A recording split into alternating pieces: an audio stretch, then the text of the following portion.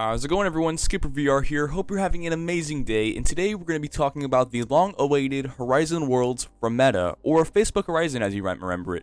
Now, Horizon has had a really weird rollout, and it's been available for like a year now, but only for a select amount of people. It was really invite only.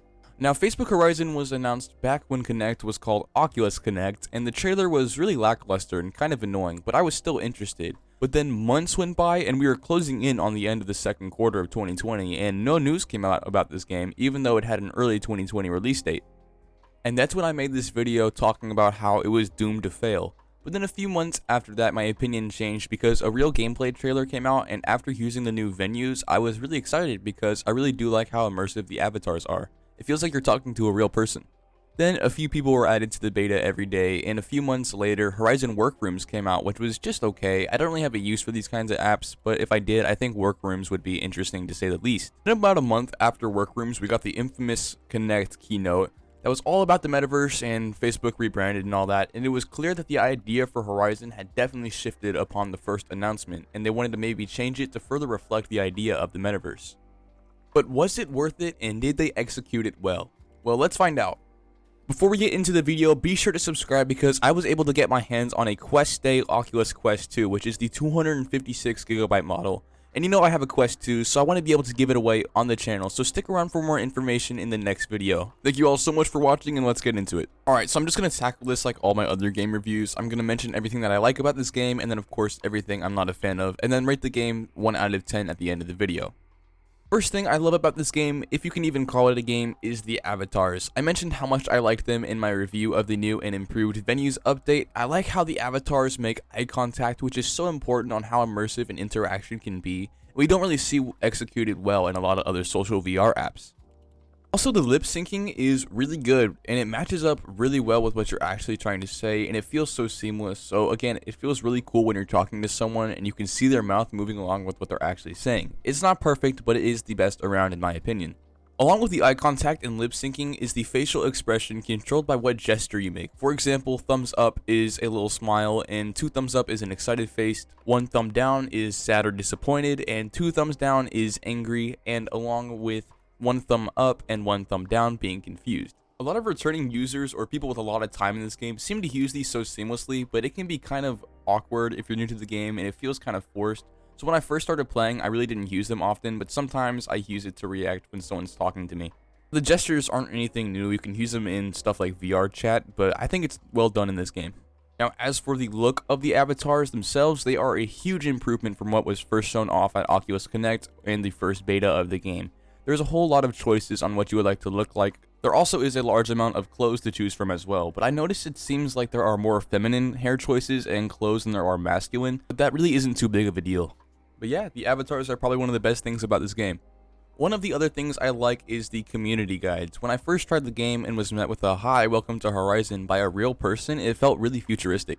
There isn't one every single time I go to the plaza, but I would say around 80% of the time there is one. Whenever I talk to a community guy, they're always super nice and talkative, and they seem like they really enjoy their jobs, which is awesome. And I had a conversation with one of them about what their average workday is and what it looks like, and it's really cool.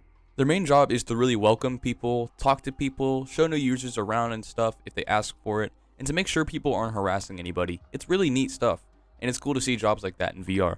The thing that I'm not too sure of is the building, but I think I like it more than I don't. It gives you a very thorough lesson on how to build that lasts around 15 minutes, and after that you're pretty good to go. It's kind of simple, easy to learn, and hard to master. While it is fun, it feels very primitive, which I'll mention more in a bit.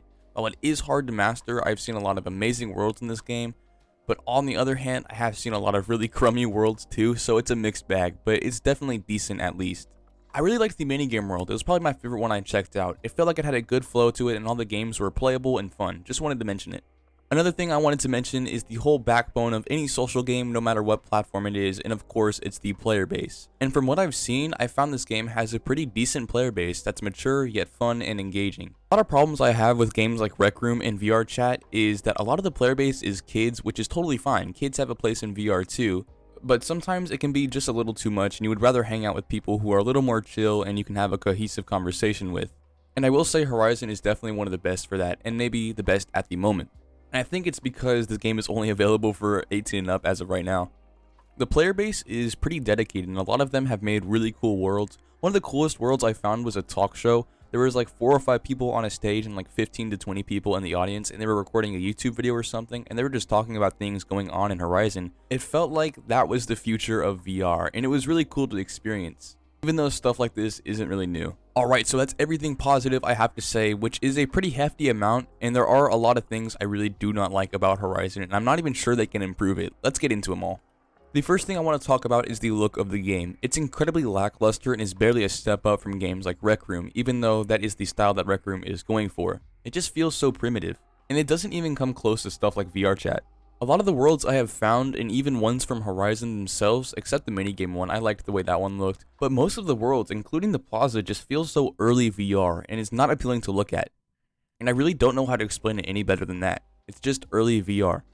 The only other thing that I don't like about this game is kind of a big one and will be very important while scoring this game, and it's that this game doesn't bring any innovation to the social app genre. And the only reason I think anyone would play this over VR chat is the brand that it was made by, or just the immersive interactions. Everything else is ripped from other games, which I find incredibly odd because Meta wants to be the leader in the metaverse in the future, which I'm kind of against of after playing this, because if this is what a multi-billion-dollar company that legit changed their name to further reflect their rebranding into a metaverse company, I'm really not looking forward to it. Don't get me wrong, it isn't horrible by any means, but man, it could have been so much better, and I really don't think VR would be any different if they just scrapped it and waited until the tech was actually ready to execute their idea of the metaverse, because this is just so bland. Like I said, it isn't bad, but it isn't good either. I think we really all expected it. At this point, VR chat is closer to actually being the metaverse gameplay-wise, graphics-wise, and overall feel-wise, so let's go ahead and rate this game out of 10.